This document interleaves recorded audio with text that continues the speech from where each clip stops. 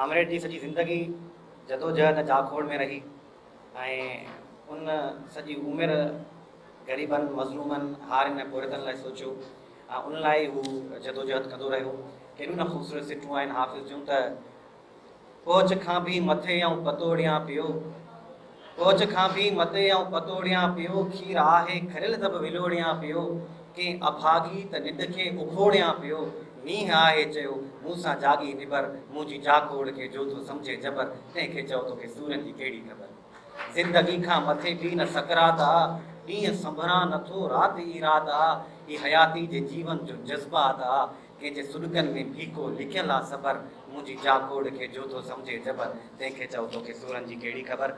ऐं हाफ़िज़ जी हिननि सिस्टम सां गुज़ारिश कंदुसि, कामरेड फोटो रोस्तमाणी जे फर्ज़ंद कामरेड फोटो रोस्तमाणी, असां सभिनी खे ख़बर आहे त कामरेड जाम साकी जो तमामु गहरो दोस्त हो, उनजे फर्ज़ंद साईं कामरेड डॉक्टर कामरेड मुबारक रोस्तमाणी खे त पाण अचनि ऐं अवां सां मुखातिब थियनि। अवां जे ज़ोरदार ताड़ियुनि में कामरेड मुबारक रोस्तमाणी।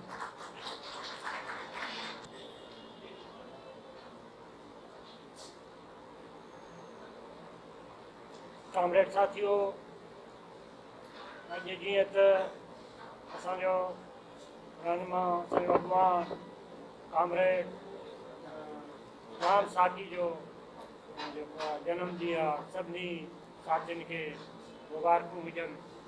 कामरेड जाम साकी हिकु वॾो किरदारु हो। कामरेड जाम साकी तमामु हिकु जिदोजहद कंदड़ साथी हो। जॾहिं चंबड़ में ईंदो हो ऐं असां नंढा हूंदा हुआसीं, बाबा वारनि सां गॾु ईंदो हो त असां कामरेड खे ॾाढी ख़ुशि ऐं तमामु सुठे नमूने सां ॾिसंदा हुआसीं, ॾाढा ख़ुशि थींदा हुआसीं। त इहो नारो लॻाईंदा हुआसीं त तुंहिंजो साथी मुंहिंजो साथी जाम साकी जाम साकी। कामरेड जाम साकी हिकु वॾो किरदारु हो ऐं अॼु जेको कामरेड जाम साकी जो सालगिरह मल्हायो पियो वञे ऐं असां सभिनी कामरेड साथियुनि खे जेको आहे मुबारकबाद पेश कयूं था।